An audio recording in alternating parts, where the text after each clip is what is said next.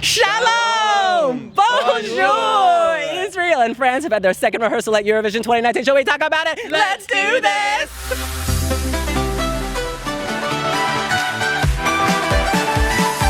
The grand final is drawing closer, and we cannot stop talking about Israel and France and my heritage DNA. In any case, first up this morning was Israel. Shalom.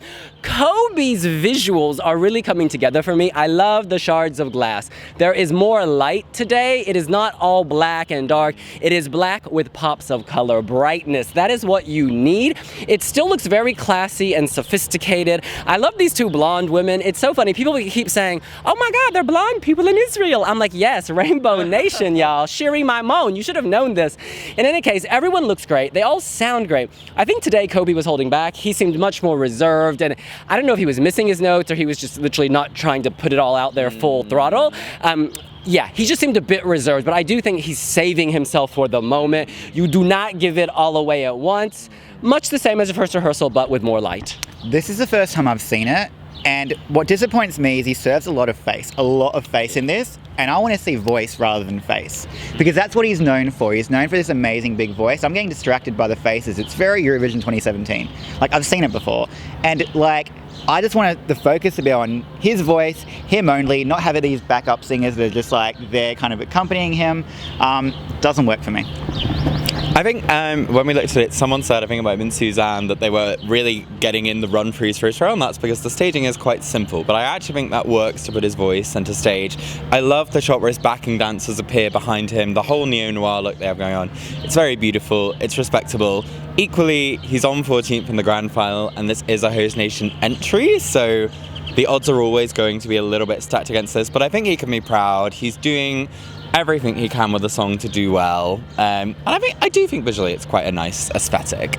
Yeah, I don't think he's heading for last place. I think he's looking towards the mid-table, maybe top side of the right-hand scoreboard. I still feel like it's a bit like singing for the sake of singing. The backing singers come on, and it's almost like they're rushing on at this point. The shot was very different the first rehearsal, which I think it was a lot more effective in the first rehearsal. Now it looks like they're just rushing forward towards him. They've thrown a lot of pyro at it as well, though, so that is a nice visual. He does have a good voice. I just have never connected, and I don't think I ever will connect with this song at this point. And it's not touched me or changed my mind like the way North Macedonia has, for example, or other entries this year. I just feel like it's respectable. It's not going to go down as a bad host country entry, but I just don't. It's not for me. The thing I like, the biggest improvement rather, is that the light wasn't as blinding. In the first rehearsal at the end, it was almost apocalyptic. There was so much white light. It's like, if this is heaven, take me away. But they've toned that down, and it's really working. Next up is France. Bonjour, Bilal, Hassani. You guys, this is so emotional. He has a gold throne. This is very Khaleesi, Queen of Song Contest, and his fire is filled with emotion. I'm just so touched by this with the deaf woman. It's like he touches her and it gives her the rhythm so she knows where the song is at. He's helping her, she's helping him. We're all one big family. Hashtag one big family, my heritage, you know? It's coming together in such a beautiful way. It sounds so cliche on paper. It sounds so cheesy when you say there's a woman who's not a skinny model on a pop stage. There's Bilal with his wig, and there's a woman who's deaf. You're like, oh, I've heard it all before. But when you see this, it feels sincere and authentic, and it's just so real. Honestly, it's starting to feel like maybe is this the Conchita moment where we completely wrote this off almost going in, and now the swell is starting to come up. Is it building towards Bilal maybe even taking the victory? I would not be upset by that. I think it's brilliant. I thought it was brilliant from the first time I saw it. Yes, it's going to have its haters, and that's fine because they're rising above it. We are all kings, we are all queens. You are whoever you want to be, and you do you, and they are doing, the three of them are incredible. They're doing them perfect. Yeah, we have to be kind about this. There's a start, he has things projected on his face, and those transitions went too quickly today. Yeah. We lost those moments, and also I thought at times today, the vocal mix sounded a little odd. He sounded exposed. However, the emotionless blew me away. I burst into tears at the end of the first run today, because the final shot is of a baby Bilal, and it pans to wheel, and I'm getting a bit choked up now talking about it, so I really shouldn't be careful and compose myself and breathe. That is to say, the emotional impact of this really got me today and moves me. I think it's a message that resonates with so many people. It's so beautiful and classy and actually so French, the way they have staged this. I just think this is so upscaled on where it was when we reviewed it for the WeWe jury and from Destination Eurovision. This is fantastic. This is beautiful. There were problems. I've no doubt the French delegation will iron them out. This is a beautiful moment from France. There's something so moving about an underdog story. And he's an underdog in the odds, he's an underdog in life, his dancers are also underdogs in life as well, and he's been able to tell through this story. One of the only contestants this year that's actually told a really perfect story on stage, exactly how he's coming across and how he's going to move from that. And like, as you said, first performance this year where I actually started crying. I don't cry that often. Yeah. So this is a Conchita moment, now amplified. Actually, no, you know what?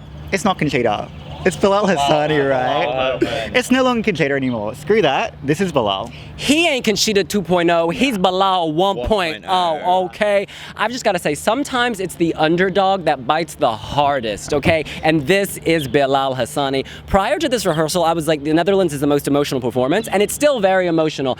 However, this emotion hits you harder. There's something about the Netherlands is more atmospheric emotion, and it is powerful. But this punches you in the stomach. Because the whole time I'm kind of like, when am I going to start disliking this? But I never do, and then I'm drawn in. It's the Asian woman who draws me in.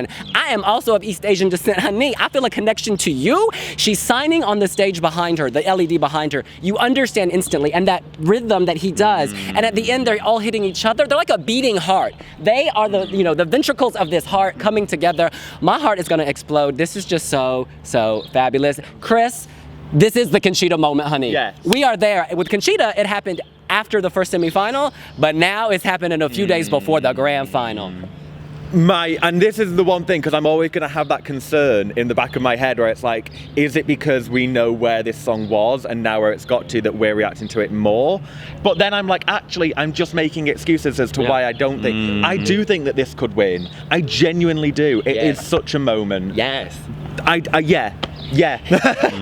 Il peut gagner, honey! Yes! In any case, that's what we think. What do you think? Are France and Israel in it to win it? Is Bilal your king? And is Kobi taking you home? Let us know here on wiwibloggs. Make sure to hit that like button and subscribe. Follow us at wiwibloggs on all social media channels. And watch us in the live stream. We're there all day. And to quote Bilal, you cannot change me, boo, and you can't change your DNA. Learn about yours with My Heritage. We'll see you later. Bye!